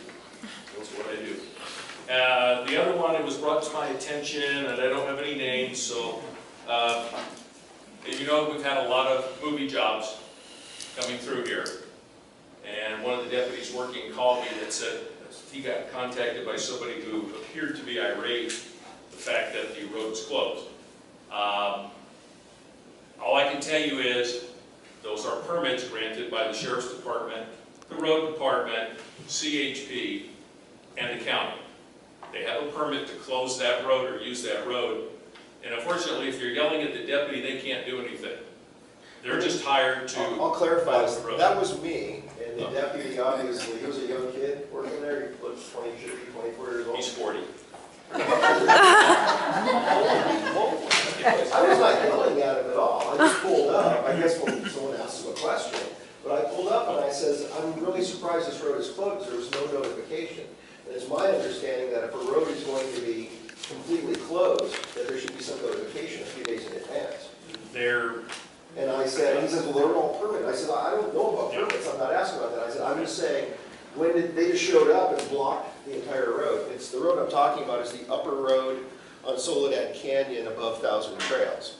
Right. And without notification, I just asked them, I said, so they just showed up and blocked this off, because I rent some of my properties to the studios, and they will just show up. I mean, maybe they got all this scheduled. I says, but you know if emergency personnel was notified, because this adds 4 minutes to a response time to anyone in the Ravina area. And 4 minutes in a heart attack or a stroke, and if the fire department doesn't know about it, that could be a life-threatening situation. That's what I asked him, and he says, I don't know anything about that. I said, well, I'll go call when I get a chance and find out if that is required, because it's my understanding that if a road is completely closed, there needs to be notification of that in advance. And I didn't see any signs at all on Upper Soledad Canyon that it was going to be closed. That particular time it wasn't. And Scott lives there, so you didn't notice signs either? Normally they put signs up Say the road Creates the head, closed. I know, we knew about it 2 weeks ago. Yeah, but this time there was nothing. We need to notify the community Well, this, and others. that's through Film LA. You can call them because they, as my knowledge, notify what's considered the immediate affected homeowners. There are no homes on 90% of that section of road.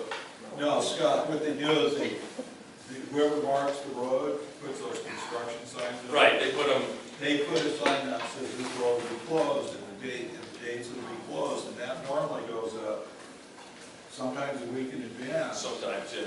Sometimes only a couple of days, but in this case, nothing. Yeah, I have All no of a sudden idea. it was closed. I saw it on the general But it calendar is. 2 weeks ago that Yeah, they're gonna film. so it's either the contractor, the production company, and like you said, it's Film LA is the one to complain to. Yeah, because they're supposed to send the note, I think Film LA sends the notices out. Well, they don't send notices to us. They No, post it the depends sign on the side of the road. Yeah, You see Well, them. yeah, but I know, like, for example, where I live, residents. they post it on the mailbox.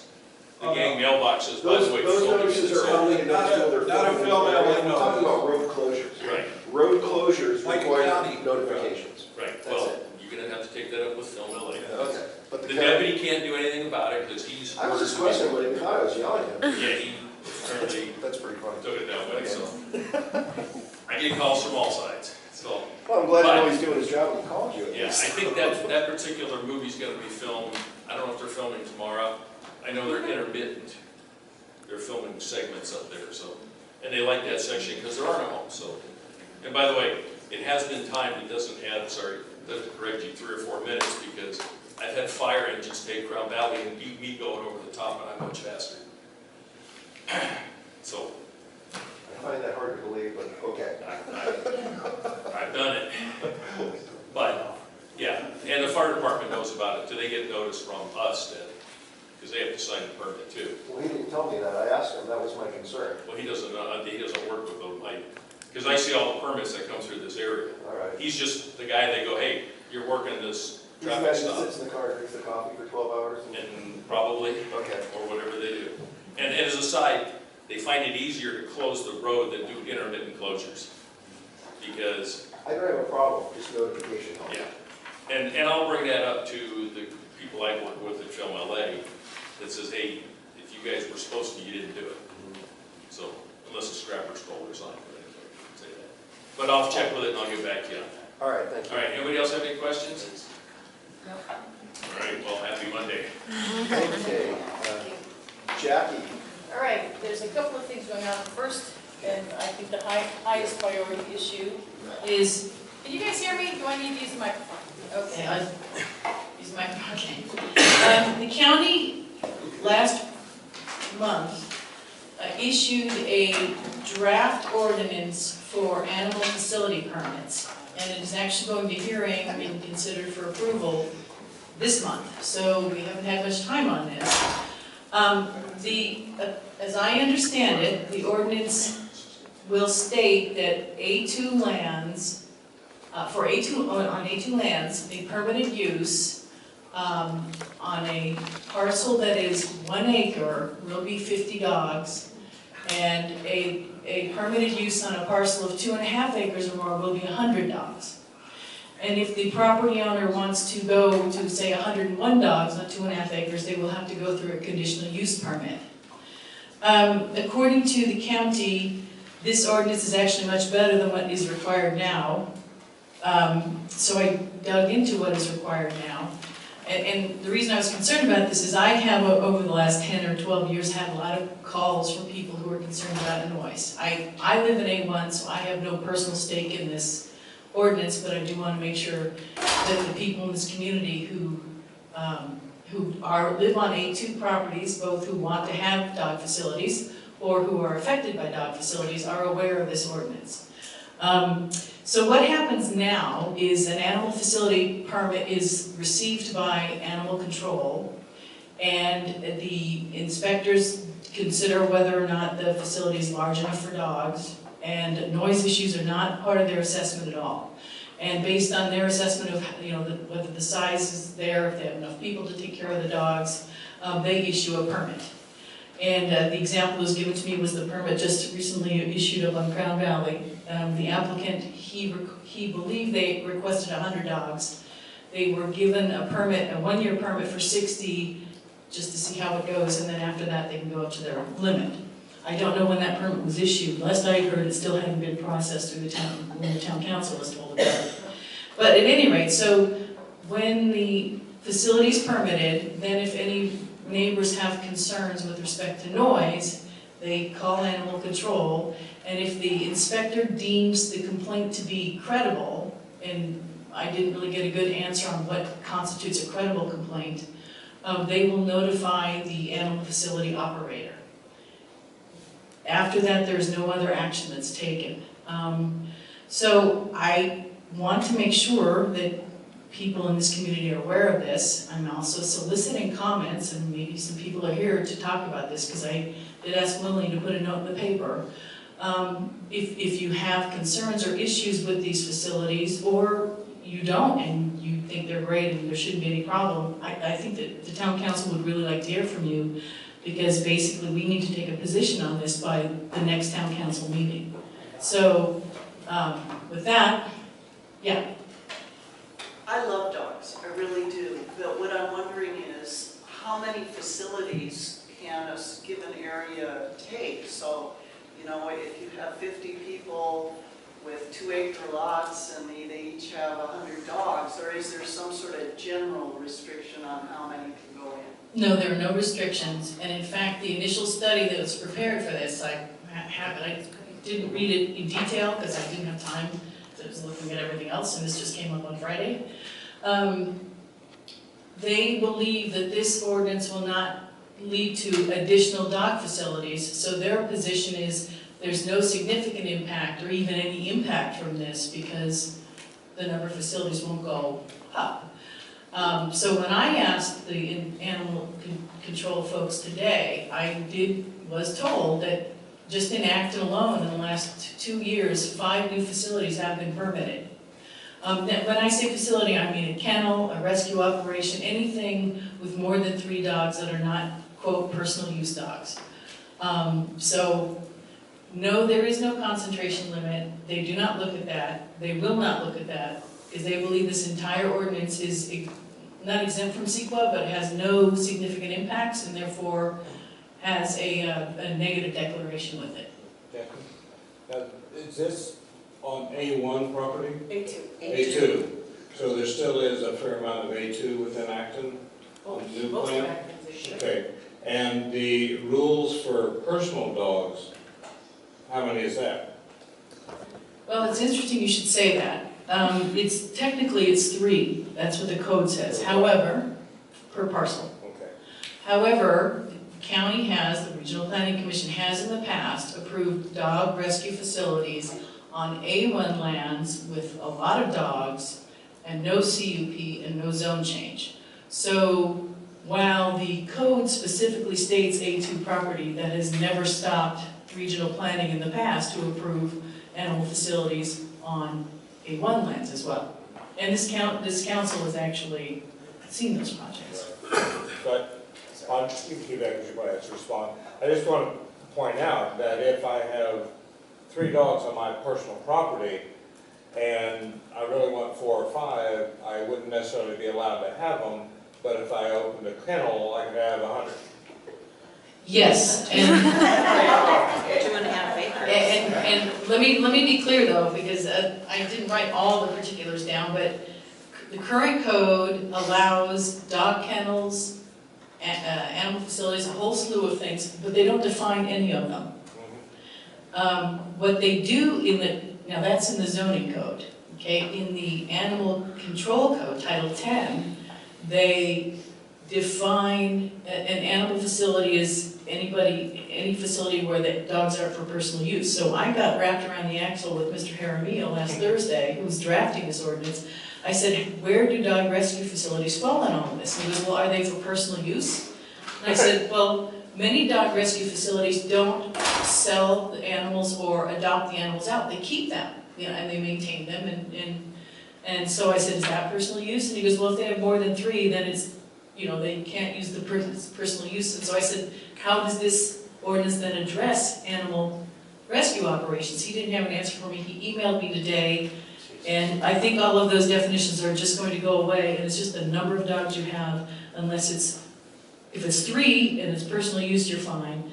If it's 50, you're fine on 1 acre, or 100, you're fine on 2.5 acres. Jack, you have a comment? So, I live across from a dog kennel. I'm A2, 5 acres. The parcel across from me, which is across Aliso Canyon, down in the canyon, is A2, and I think they have 10 acres. So, they have 100 dogs down there. I love dogs. I have dogs of my own. But one thing is for sure with dog kennels is 7 o'clock in the morning they get fed. It's crazy. Noon, I don't know what they're doing. It's crazy. The evening time, when they're getting fed again, it's crazy. And when coyotes or any other things running around the neighborhood, those dogs are going crazy. So what I'd like to see, and I don't know if this is possible, Jackie, but since we're looking at our community standards, is it possible to restrict dog kennels to a certain amount of animals per acre, and as long as required, and also requiring like a CUP to prevent 100 dogs on a piece of A2, that's 2.5 acres? I think we can ask for anything. Whether or not regional planning would go for it, I'm not going to say that yes. However,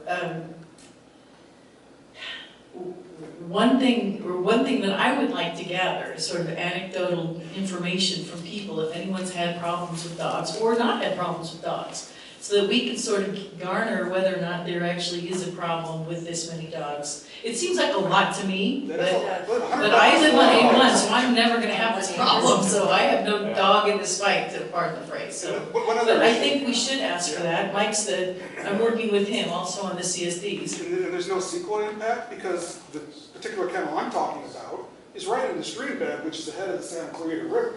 And I know that the 100 dogs and all their waste is not, you know, they're never taken care of. I believe there is a significant impact. Right. Regional planning has decided that there is virtually no impact at all, let alone significant. And let me also explain, you know, I dug into the county noise ordinance, and it's actually written up in our draft general plan. It still hasn't been adopted, no matter what people say. There are limits here. For example, any time at night, if the noise exceeds 65 decibels outside your property, at any time, you're violating noise standards. So just that alone, I know a lot of areas where dogs are. My neighbor has 2 dogs, and they get over that. I don't complain. I love their dogs.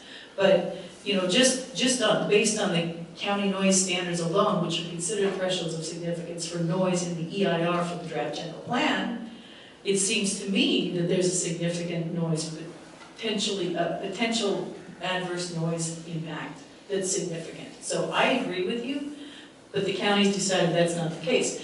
If people in this community are concerned about that, then we could write a letter to regional planning, attend the hearing, and make an issue of it. But if nobody in the community is concerned about it, I have too many things to do, so. I have 3 dogs, 2 dogs. 1 passed away, so now I have 2. But they bark at night. When the train goes by, the horn goes off, the coyotes howl, the dogs bark. It's a whole cycle that goes on there. And I just wait for the train, and I know they're going to be going crazy soon. But in front of my house. And I would say that to protect other people in Acton, we should have some restrictions if we can request them. If we don't get them, fine. But I would say that any dog kennels being constructed should be at least 1,000 feet away from a neighboring residence. That's not enough. I think we should, Mike, are you taking notes? I'm 1,000 feet away, and my house is up here, the dog kennel's down here, and in summertime with the windows open, you know, at night, it's crazy. I forgot to tell you, the limit on this ordinance is 50 feet from any residential structure. You have to keep the dog facilities, I believe. Yeah, well, I'm pretty sure that's what it says. if we can increase that, then one other thing is, I really think there should be limits, because if someone decides to start just opening up kennels all over the place, we could have a valley full of 1,000 dogs. And then they'll put a high-speed trail in some Yeah, they would lease out the land. I think that this is so horrible. It's a stockyard.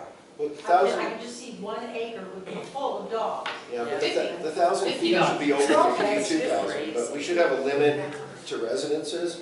And we also should have a density limit and maybe put it as 1 mile as the crow flies, requires a CUP. So, they could look, at a 1 mile radius from this one. There's another one they want to open within it, and that one requires a CUP. I don't disagree with that, but I do know that that is very far away from what this ordinance allows, so we should do that. Did you say there was somebody in, yes? Well, I just think that, I'm sorry. I just think that the ambient noise level here, Acton Town Council, is terribly low, and you can hear a dog barking a mile away. So, 50 dogs, it's just too draconian. And how about the old smell factor? A lot of these people don't go around and clean the manure up. Oh, well, I asked them about that, and they said the problem with horses is much worse. No. That's what the inspector said today, and I said, well, there's a difference. Even in Acton, you can only have 5 horses unless you have 5 acres or more. That's my understanding. Is it 8? Animals per acre, hoofed animals per acre. Okay, well, I apologize. You can have But it's like, it's 50 dogs is a lot more than 8, so at any rate. Tina, did you have? I do.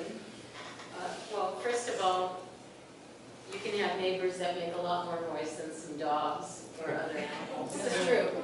And they can be a lot worse than some animals. Secondly, a lot of people move up to Acton and rural communities to be able to have more animals and enjoy them. So it goes on a case-by-case basis. A lot of rescues aren't that reputable and they don't take care of their animals that well, but a lot do. And kennels have not been managed for years. There are already laws on the books. I think they're just trying to make it a little bit more strict or open to what's going on. I don't think we need to have more laws in place to restrict it for Acton. Well, move up here to be able to have a kennel or have more dogs. And you're going to have noise in kennels as long as they keep them clean. I don't think we should restrict them. And I have dogs that bark in the neighborhood. My dogs bark sometimes, that's just part of it. But what I do object to is neighbors if they're making a lot of loud noises and they go past the curfew of noises and I can't do anything about that. So a few dogs barking shouldn't be a problem for people to tolerate. They moved out here and they expect to hear noises from wildlife and other animals. Let me comment on that, please. What Jackie just said is what they're proposing is less regulation to get a dog kennel. You do not need a CUP, so you do not need to have to talk to your neighbors. Up to 50 dogs, they don't have to go to your neighbor who may have lived there for 20 years and say, your neighbor wants a dog kennel, they want to put 50 dogs in 50 feet from your structure. Is that okay? 51 dogs. 51 dogs. So we're actually... I don't rush on people running in to put kennels in. I really don't. Well, we never see those permits. Here's the other thing. Other communities are running kennels out of the communities, making more and more restrictions, which makes us prime for people coming in and having a higher density of kennels than other areas. Such as what areas? Well, I know I would also say is not quite so open to them as they used to be. Yeah. So Shadow Hills and those areas as well can no longer have that kind of density for dog kennels, so they come up here.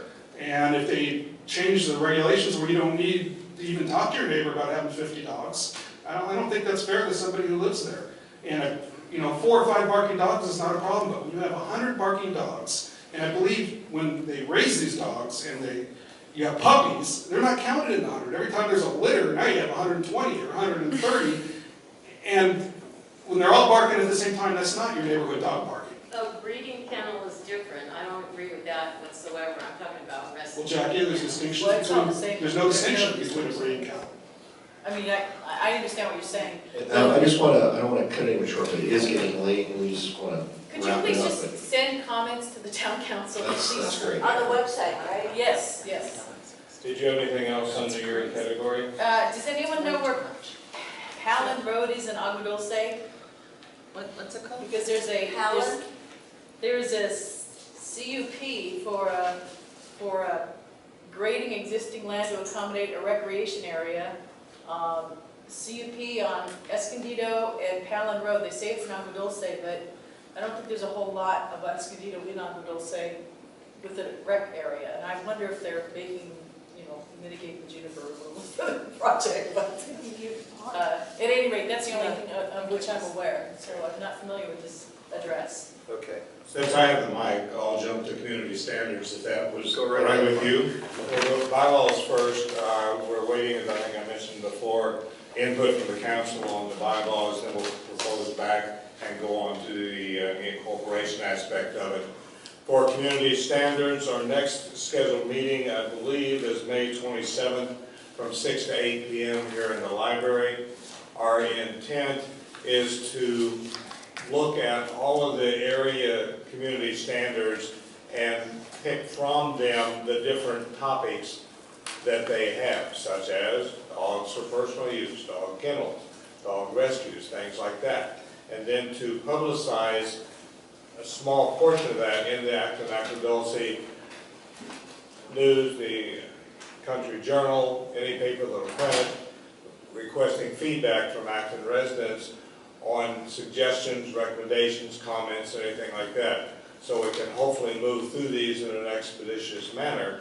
So as a follow-up to what Jackie was saying, dogs, dog kennels, any of those subjects, that will be addressed specifically. Either give the comments to us now, give it to us later when that goes out, and we're going to try to put in one of the remote control, what do you call it? Features, thank you, in a Country Journal to get feedback from the community, so we have as much feedback as we can. Also, we have monthly meetings of the Community Standards Review Committee that anyone is welcome to. I will publicize the times, it'll be in the papers when the time is going to be, and the website as well. 27th of May, 6 to 8 p.m. is the next one. We want everybody's comments, and it's not just, we're not looking at the comments from people in the room, we want comments from people throughout Acton, so we get the best representation on what the community wants. Maybe one thing we can do on this ordinance is say, put a line in there, if your CSD has a different limit on this, the CSD prevails. Absolutely, absolutely. And that would help. And in theory, that's what we've been told for God knows how many years, that if we put a provision in the CSD, it will override and take precedence over the area plan and the general plan, as long as everything else is consistent, which we keep fighting for. As long as you have the microphone, you want to do emergency response? Emergency response, stay tuned. Okay. Sorry about that. That's good. I will do Public Works. I had a gentleman today drop off some photographs of the road that's eroding over on Red Rover Mine Road. So I'll call Public Works and see if we can't get this fixed. There's one section, supposedly there's a couple of feet that's paved past the actual white line on the side of the road on most of Red Rover, and there's a 500-foot section that isn't. And this is eroded actually into the road, so it's not even legal width right now, but I'll take care of that.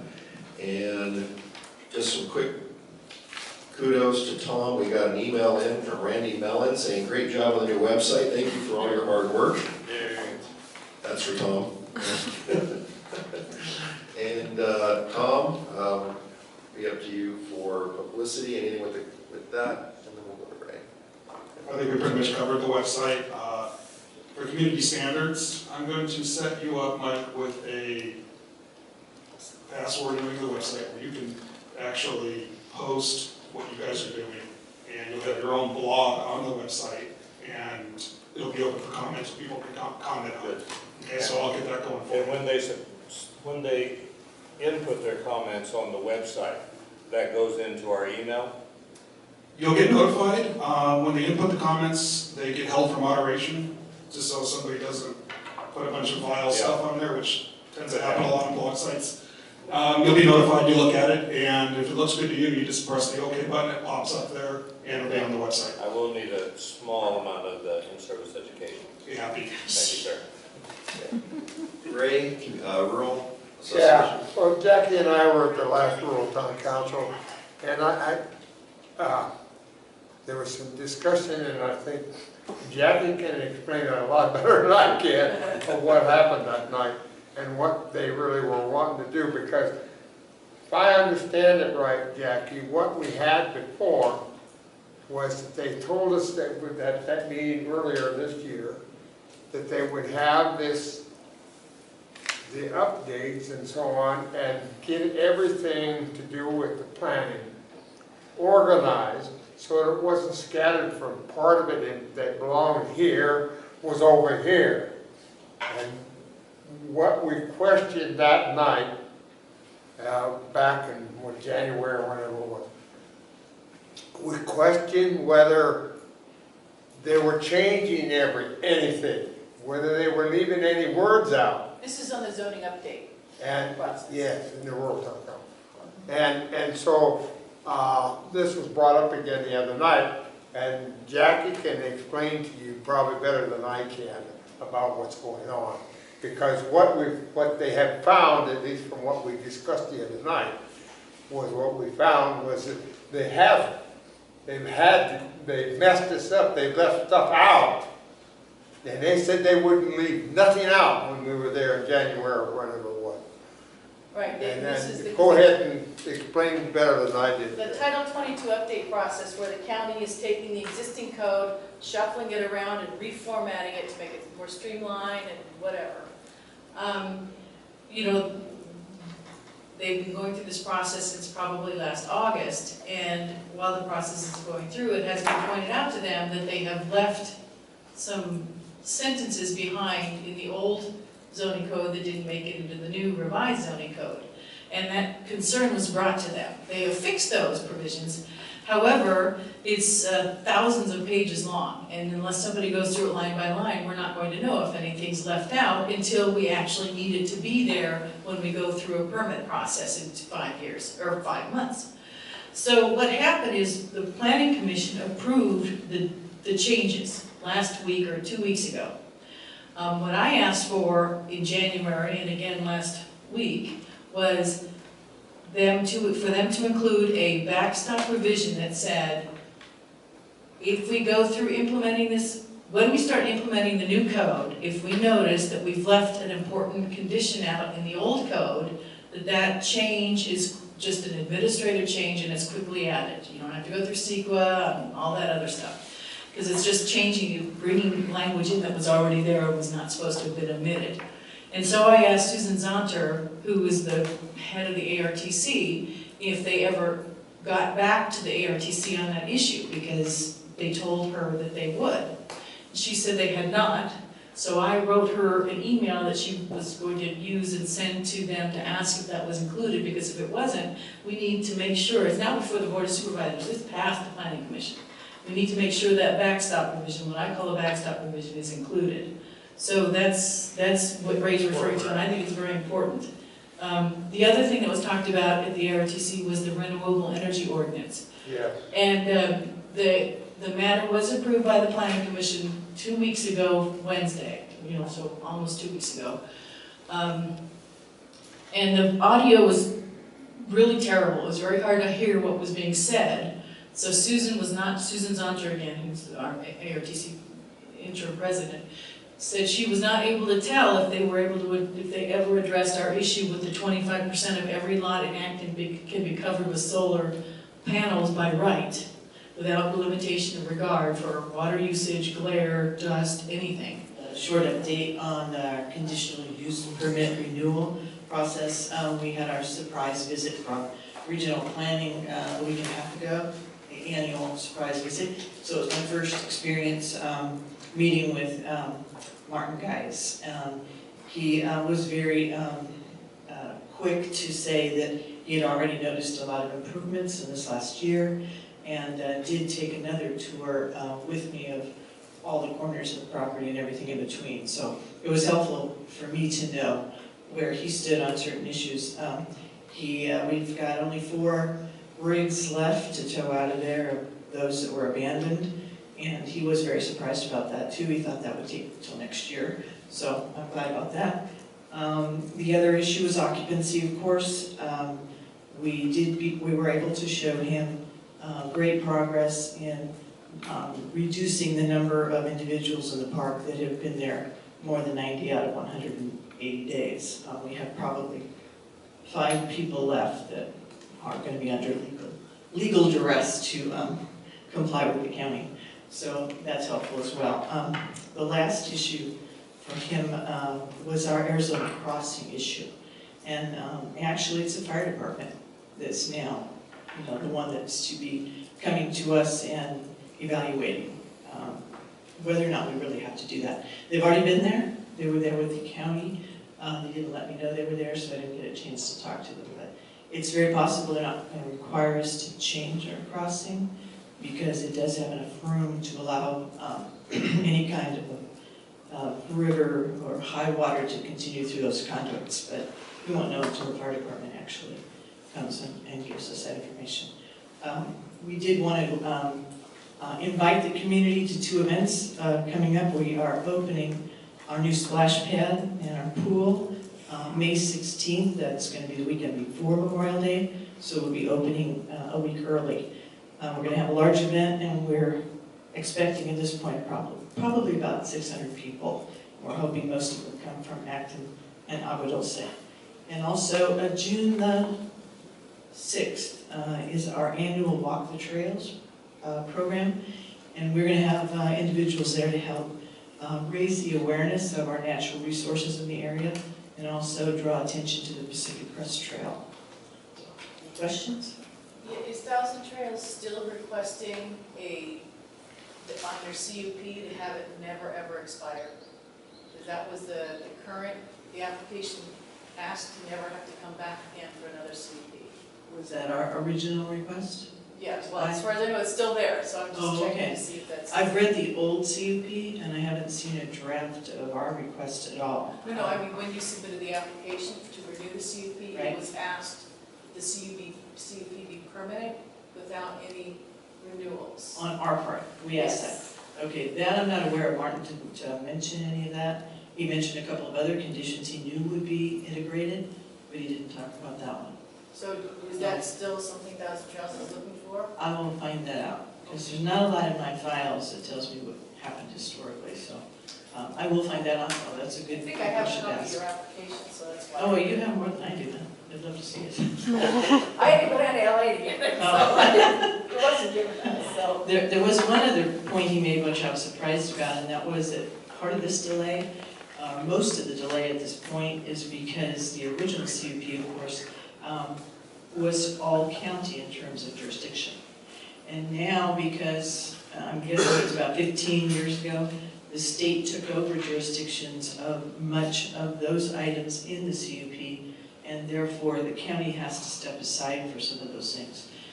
Some of them are signage, maintenance issues.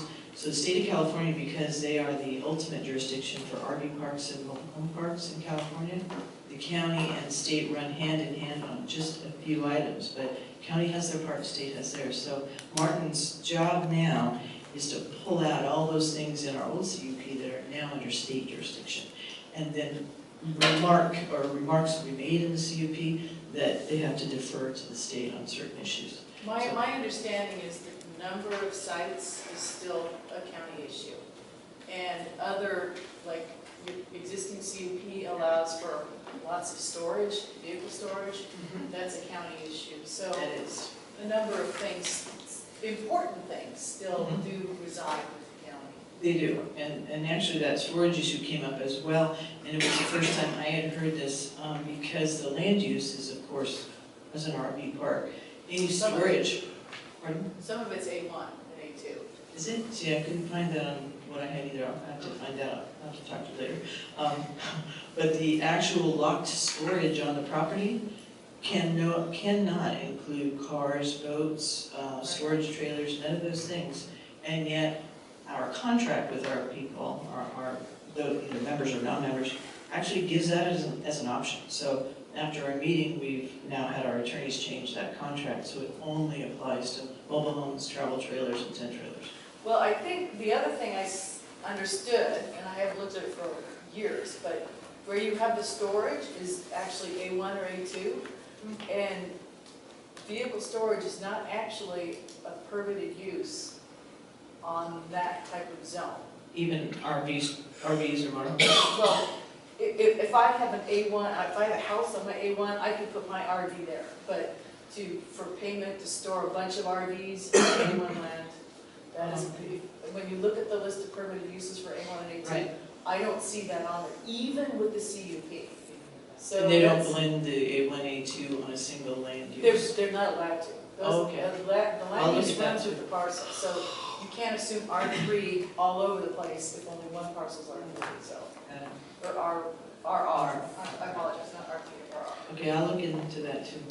It's not something I even thought about, and Martin didn't bring it I'd up. recommend getting some sort of a map of all the parcels and then identifying out on there what all the zoning Which is. one's A? And then maybe ask for an updated copy of your application along with comments and where they're at, and you can have something that maybe we could all take a look at.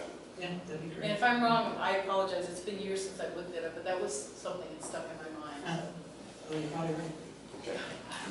So. Thank you, Kathy. Okay. My name is Kelly Tino, and my family has lived in Acton for a little over 22 years. We moved here for the rural lifestyle, and we knew it would be a great place to raise our 5 children. While the kids were growing up, I worked in their classrooms at the schools. I was a Girl Scout leader, and 2 of my girls were Little Miss Actons. So I got to learn a lot about the community and work with people in the community. I've been a member of the Acton Women's Club for the past 13 years, and I've held the offices of the treasurer, secretary, vice president, and president. I enjoy being a member and working for my community and the schools, and I believe in preserving Acton's rural small town atmosphere and keeping it safe and a wonderful place to live.